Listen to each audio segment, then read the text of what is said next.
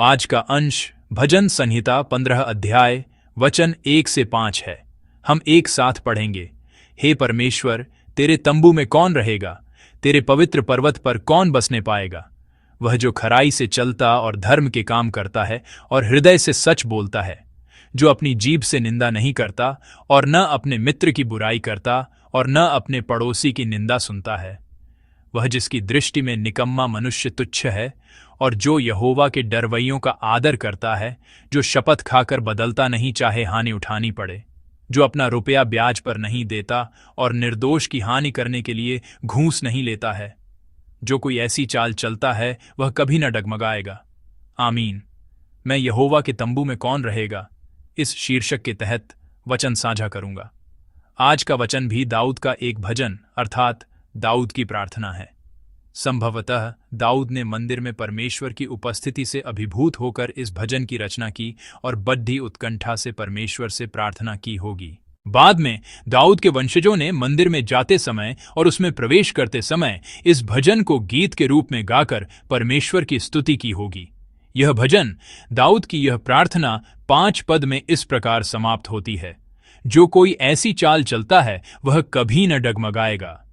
एक ऐसा जीवन जीना जो डगमगाए नहीं, एक अडिग जीवन जीना हर कोई चाहता है, लेकिन हर किसी के चाहने मात्र से यह सभी को सहजता से प्राप्त नहीं हो जाता। हम कैसे एक ऐसा जीवन जी सकते हैं जो डगमगाए नहीं और वह भी अनंतकाल तक अडिग रहे? आज का वचन हमें बताता है, जो लोग परमेश्वर के तंबू में रहते हैं और उसके पवित्र पर्वत पर बसते हैं, ऐसा जीवन जीने वाले लोग वे अनंत काल तक अडिग जीवन जिएंगे। आइए आज के वचन का पहला पद एक साथ पढ़ें। हे परमेश्वर, तेरे तंबू में कौन रहेगा? तेरे पवित्र पर्वत पर कौन बसने पाएगा? आमीन। जो व्यक्ति अनंत काल तक अडिग रहता है वह है जो यहोवा के तंबू में रहता है और उसके पवित्र पर्वत पर बसता है। संक्षेप में, वह जो आराधना से प्रेम करता है और जो परमेश्वर के साथ संगति में आनंद पाता है। पहले पद में वर्णित परमेश्वर के तंबू में रहने और परमेश्वर के पवित्र पर्वत पर बसने वाला व्यक्ति केवल शारीरिक रूप से किसी स्थान पर रहने वाले या किसी विशेष स्थान की ओर जाने वाले व्यक्ति को नहीं दर्शाता है। कुछ लोग ऐसे होते हैं जिनका शरीर तो यहाँ होता है लेकिन मन कहीं और कुछ लोग ऐसे भी हैं जिनका शरीर यहाँ नहीं होता लेकिन मन यहाँ होता है। कौन सा बेहतर है और कौन सा अधिक सही है? जिसका शरीर यहाँ है लेकिन मन कहीं और है, और जिसका शरीर कहीं और है लेकिन मन यहाँ है, इन दोनों में से कौन बेहतर है? सच तो यह है कि दोनों ही आदर्श नहीं हैं। बेशक मन महत्वपूर्ण है क्योंकि मन के बिना कुछ भी संभव नहीं, लेकिन जो मन में है वह शब्दों और कार्यों के माध्यम से व्यक्त होना चाहिए। जो मन में है वह शब्दों से निकलता है और जो मन में है वह कार्यों से प्रकट होता है।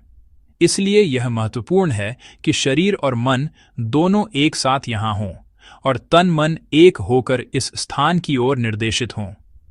यह उस व्यक्ति के विषय में है जो यहोवा के तंबू और उसके पवित्र डेरे को संजोता है और जिसका हृदय यहोवा के पवित्र पर्वत, उसके पवित्र स्थान की ओर लगा रहता है।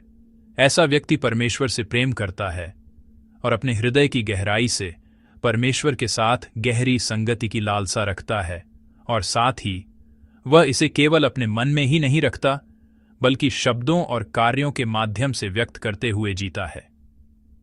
परमेश्वर के प्रति हमारा प्रेम केवल हमारे हृदय तक ही सीमित नहीं रहना चाहिए, बल्कि हमारे शब्दों और कार्यों के द्वारा हमारे जीवन में प्रकट होना चाहिए। हमारे जीवन में प्रेम को कर्मों के माध्यम से साकार रूप मिलना चाहिए। वास्तव में यही आज के वचन का सार है, क्योंकि पहले पद के बाद दूसरे पद से लेकर अंतिम पद तक उन विशिष्ट कार्यों का वर्णन है जिनका हमें अपने जीवन में पालन करना चाहिए। मैं एक एक पद को पढ़ते हुए वचन पर मनन करना चाहता हूं और आज के भजन में यह जानना सहायक होगा कि इन कार्यों को सक्रिय कार्यों और निष्क्रिय कार्यों में विभाजित किया गया है। पहले आइए 2 पद एक साथ पढ़ें। वह जो खराई से चलता और धर्म के काम करता है और हृदय से सच बोलता है। आमीन। दूसरे पद में सक्रिय कार्य बताए गए हैं, खराई से चलना, धर्म के काम करना और सच बोलना। जो इस तरह से सक्रिय रूप से जीता है वही मंदिर की लालसा करने वाला और उसमें रहने की योग्यता रखने वाला व्यक्ति है, ऐसा बाइबल कहती है। आइए हम 3 पद भी एक साथ पढ़ें।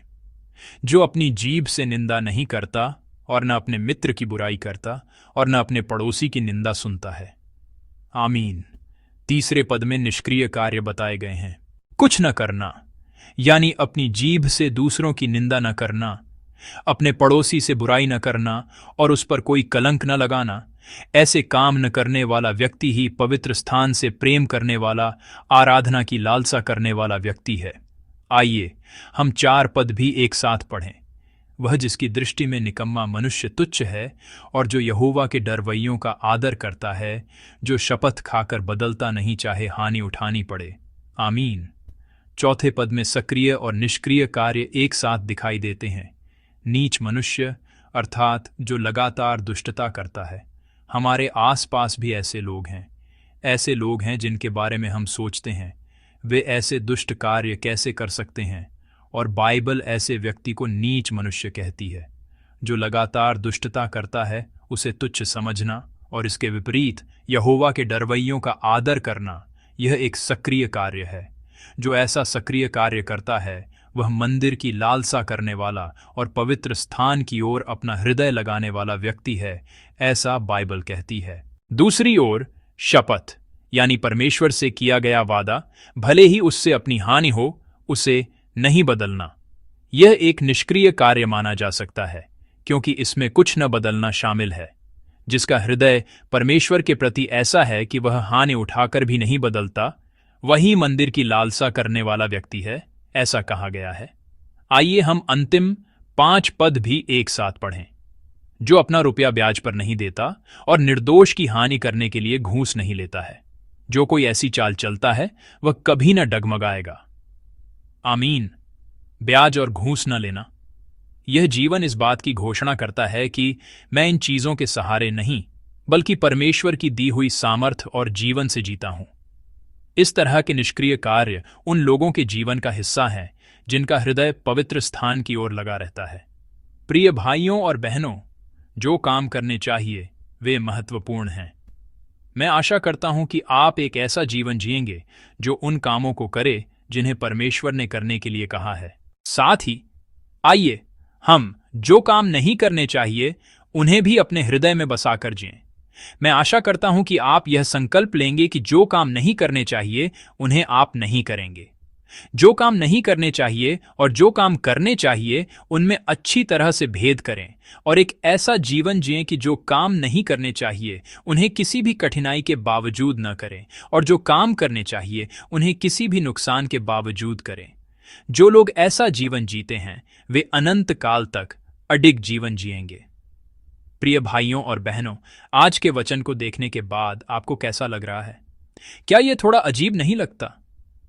पहला पद स्पष्ट रूप से पवित्र स्थान, मंदिर के प्रति हमारे हृदय की बात करता है, यानी परमेश्वर के प्रति हमारे प्रेम का गीत गाता है। लेकिन दूसरे पद से यह पवित्र स्थान के अंदर के कार्यों के बारे में नहीं, बल्कि हमारे वास्तविक रोजमर्रा के जीवन के बारे में बात करता है। यह रविवार को होने वाली घटनाओं के बारे में नहीं, बल्कि सप्ताह के दिनों में हमारे सामान्य जीवन में होने वाली घटनाओं के बारे में अधिक विस्तार से बात करता है। यहोवा के तंबू में रहने और उसके पवित्र पर्वत पर बसने की योग्यता मंदिर के अंदर होने वाली घटनाओं, आराधना से संबंधित गतिविधियों या रविवार को किए गए कार्यों से तय नहीं होती है। जो लोग यहोवा के तंबू में रहते हैं और उसके पवित्र पर्वत पर बसते हैं, वे लोग हैं जो अपने सामान्य रोजमर्रा के जीवन को, सप्ताह के दिनों के जीवन को परमेश्वर की इच्छा के अनुसार जीते हैं। जब वे न केवल परमेश्वर से बल्कि लोगों से भी व्यवहार करते हैं तो उनका जीवन पवित्रता के कारण अलग होता है और वे एक ऐसा जीवन जीते हैं मानो वे स्वयं हमारे प्रभु से व्यवहार कर रहे हों। ऐसे लोगों के लिए पवित्र स्थान खोला जाएगा और पवित्र पर्वत उनके लिए निवास स्थान बन जाएगा। प्रिय भाई बहनों, मैं प्रभु के नाम से आपको आशीष देता हूं कि आप परमेश्वर द्वारा दिए गए इस दिन को दाऊद के समान हृदय से प्रार्थना करते हुए जिएं, जिसने इस भजन की रचना की और गाया। निष्क्रिय कार्यों को याद रखें। ऐसी बातें हैं जो विश्वासियों को नहीं करनी चाहिए, नहीं देखनी चाहिए। ऐसी जगहें हैं जहां नहीं जाना चाहिए, और ऐसी बातें हैं जो नहीं कहनी चाहिए। मैं आशा करता हूं कि आज आप उन कामों से दूर रहने का प्रयास करेंगे जिन्हें हमें नहीं करना चाहिए। सक्रिय आज्ञाओं को भी याद रखें।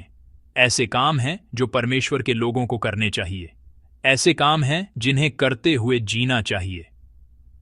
इस सुबह आइए हम स्वयं से पूछें कि क्या कोई ऐसा काम है जो मुझे करना चाहिए था लेकिन मैं अब तक नहीं कर पाया हूं। आज मैं उस काम को करूंगा। आज मैं उन कामों को करूंगा जिन्हें मुझे करना ही था लेकिन अब तक टालता रहा हूं। आइए हम इस संकल्प के साथ आज का दिन जीं। जो व्यक्ति ऐसा दैनिक जीवन जीता है, परमेश्वर उसे अपने पवित्र डेरे में रहने और अपने पवित्र पर्वत पर निवास करने की योग्यता प्रदान करेगा। और यह योग्यता एक ऐसी आशीष होगी जो हमें अनंत काल तक अडिग रहने वाला जीवन देगी। मैं प्रभु के नाम से आपको आशीष देता हूं कि आप इस आशीष का, हमारे परमेश्वर के साथ पवित्र स्थान में रहने की आशीष का, पवित्र पर्वत पर निवास करने की आशीष का भरपूर आनंद उठाए और एक ऐसा जीवन जिए जो चाहे कोई भी आपको हिलाने की कोशिश करे, कभी न डगमगाए। यह दिन आपके लिए ऐसा ही हो।